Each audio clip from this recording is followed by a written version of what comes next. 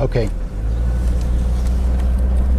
All right, I'm going to be really surprised if this works because this camera is taped to my dashboard in a way that I'm sure is not legal. Anyway, the past month or so, in the middle of the coronavirus thing, I took a drive around California. I just needed to get out. And along the way, I sent a message to a friend, a woman that I've known for 20 years. And I said, hey, I'm coming through your area. Are you around? Do you want to have a coffee, meetup, outdoor, hello? And I didn't get any response.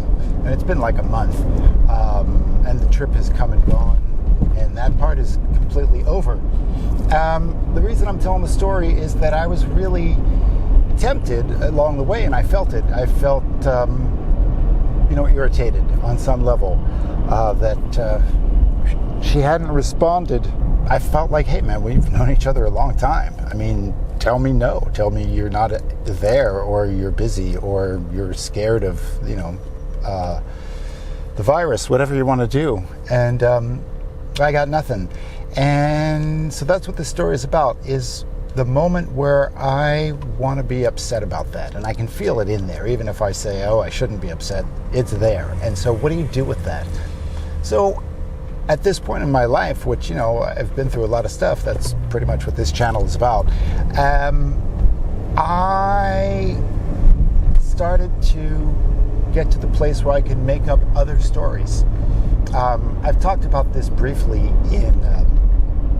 in another video about making up multiple stories and having alternates to the truth, multiple possible things that could be true.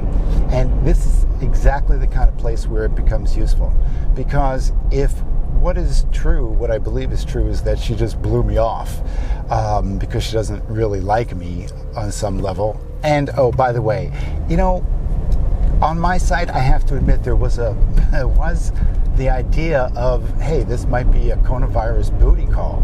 Now, I know nothing is going to happen. It's coronavirus. Plus, we're going to meet outside. Plus, that's not the kind of relationship we have. But, it's crossed my mind. I think it's crossed her mind sometime in the past. I think we both know that. But there was a flavor in that for me because, look, man, I haven't been able to go out and socialize for months. I usually dance once a week and play softball twice a week. I'm used to using my body, and all of a sudden I can't do any of that. And so, yeah, there was a part of me that was like, ooh, coronavirus booty call, which I laughed about, but it was part of it, and it was enough to get me to send her a message. So I could be upset and say, what? She doesn't like me, she doesn't want me, she just blew me off, we're not really friends. What kind of friend is that? That could be my truth. Other possible truths are that she could have a truth that is something I can't imagine, and not the one that I imagined first. For example, one truth is that she sensed the booty call aspect of the message, even though I didn't put anything in. Man, you can smell it. You can smell it when you send it. You can smell it when you receive it. It's in there. I guess, unless you're really slick. Maybe that's what game is. Is it the other person doesn't know, or that they do? Anyway, I obviously don't have game because I don't even know what side of the line I'm supposed to be on to have the game. Maybe she sensed the coronavirus booty call aspect, and she was like, that's creepy and gross, I'm not going to respond. That's one possibility. Another possibility is that she could have a million reasons not to respond to my message that could have been perceived as a little creepy, honestly. So by taking the focus off myself and taking my story off myself, like, what can I imagine that would help justify my anger or hurt? Because, I'm hurt first and then you get angry. And I really believe this happens. I believe that I experience the anger and pain, the pain and anger first. I experience the anger and pain first. And then my mind creates the story to justify it. Even though we think it happens the other way around, the science, interestingly, is that the part of my brain that does the hurt and anger part is like way back here. And it gets all the messages first and gets the memories first, and it fires and sends all the chemicals to the body first before this part of my brain, the thinking, cognitive part, even gets the message that something is happening. So literally it is that my fear response happens first in my brain and then the thinking part. So yeah, we're not upset because that person's an asshole. We have a story that that person's an asshole because we're upset. That's the brain science. And so that's what I'm looking for when I say, let's find multiple truths, another possibility, another story that could be true to explain what's happening here. So I feel great now. This is the best part. When I can think of a story, even if I don't have to know it's true, I think of multiple stories, they could all be true. More or less, parts of them, it doesn't matter. What matters is that I recognize that I don't have the truth, and I probably will never have the truth of understanding why another person does what he or she does.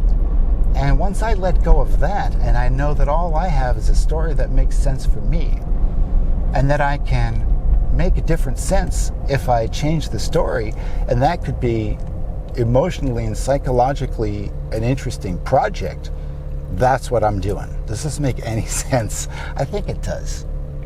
So in the case of my friend, I made up multiple stories about why she might have not responded to my message that had nothing to do with my story that I first made up about why she didn't respond to my message. And when I focus on her stories and her reasons, I'm not hurt and upset anymore. And in fact, I feel compassion towards her.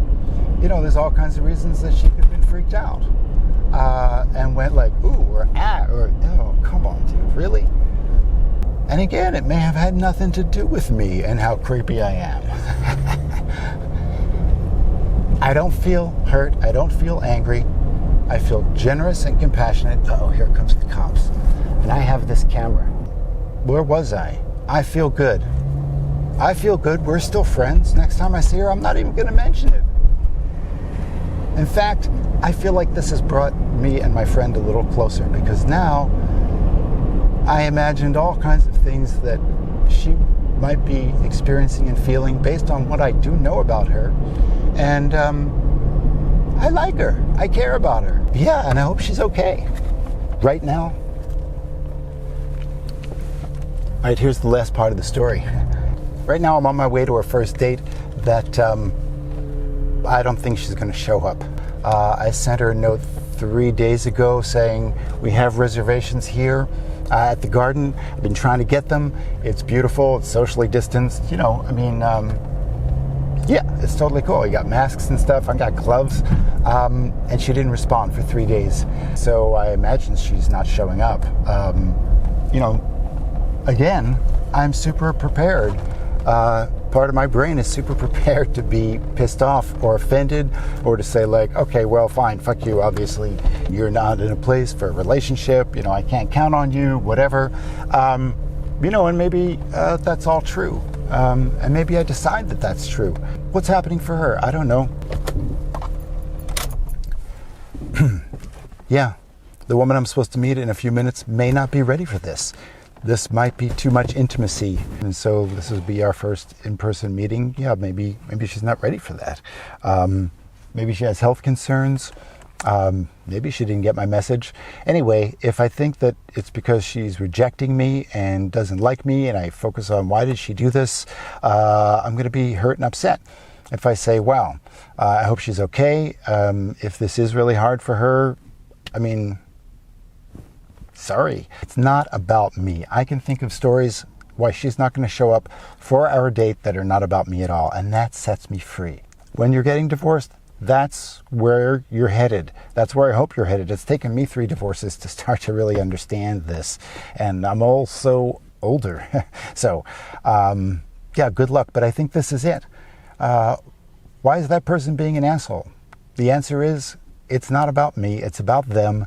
And extra points if I can find some way to be compassionate and try to understand them. Now, look, this is not about boundaries, because I don't need to be around these people. I can have good boundaries for myself and not be with them. But I'm not going to say that it's about me, and that's not having a good boundary. Okay, this is DreamDivorce.tv. Love your divorce for the rest of your life. Today, I'm really feeling it. Yeah, thank you.